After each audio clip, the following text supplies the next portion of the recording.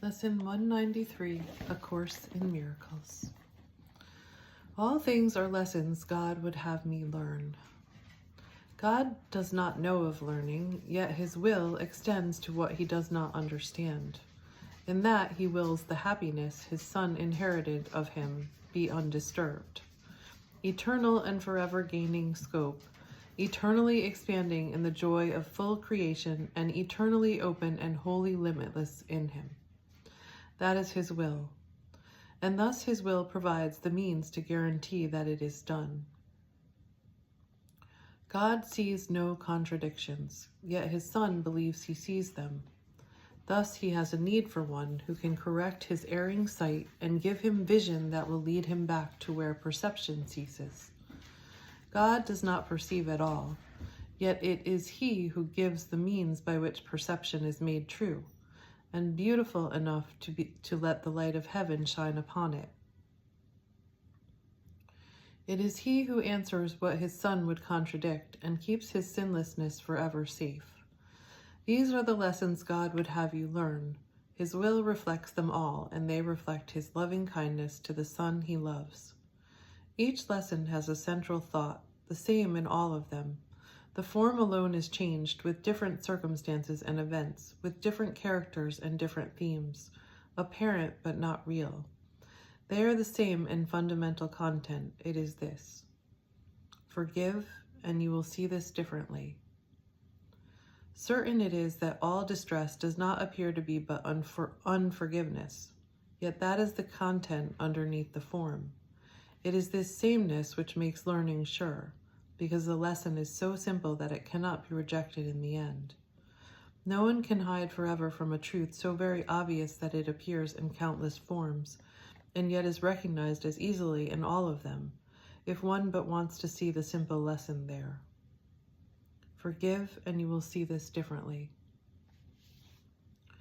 These are the words the Holy Spirit speaks in all your tribulations, all your pain, all suffering regardless of its form. These are the words with which temptation ends, and guilt abandoned is.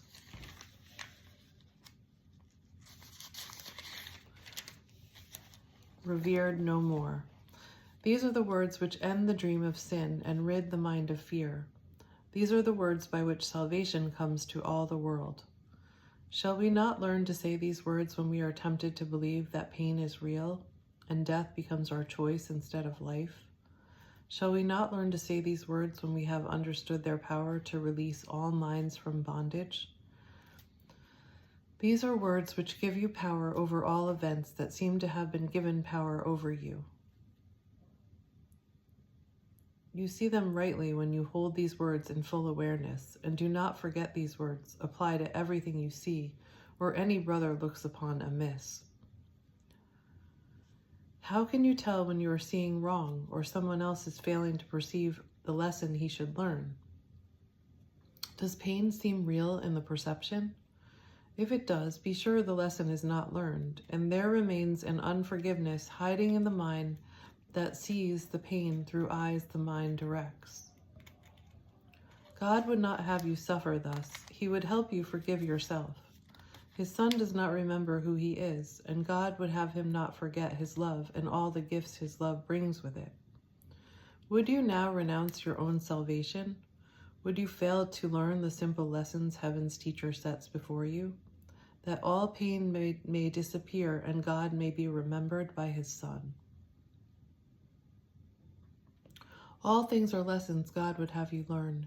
He would not leave an unforgiving thought without correction, nor one thorn or nail to hurt his holy Son in any way. He would ensure his holy rest remain untroubled and serene, without a care, in an eternal home which cares for him. And he would have all tears be wiped away, with none remaining, yet unshed, and none but waiting their appointed time to fall. For God has willed that laughter should replace each one, and that his Son be free again. We will attempt today to overcome 1,000 seeming obstacles to peace in just one day. Let mercy come to you more quickly. Do not try to hold it off another day, another minute, or another instant. Time was made for this. Use it today for what its purpose is. Morning and night, devote what time you can to serve its proper aim, and do not let the time be less than meets your deepest need. Give all you can, and give a little more, for now we would arise in haste and go unto our Father's house. We have been gone too long, and we would linger here no more. And as we practice, let us think about all the things we saved to settle by ourselves and kept apart from healing. Let us give them all to Him who knows the way to look upon them so that they will disappear. Truth is His message. Truth, His teaching is. His are the lessons God would have us learn.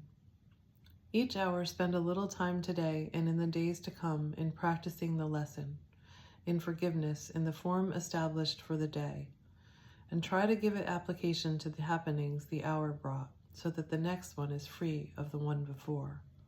The chains of time are easily unloosened in this way. Let no 1 hour cast its shadow on the one that follows, and when that one goes, let everything that happened in its course go with it. Thus will you remain unbound in peace in the world of time. This is a lesson God would have you learn. There is a way to look on everything that lets it be to you another step to Him and to salvation of the world. To all that speaks of terror, answer thus, I will forgive, and this will disappear.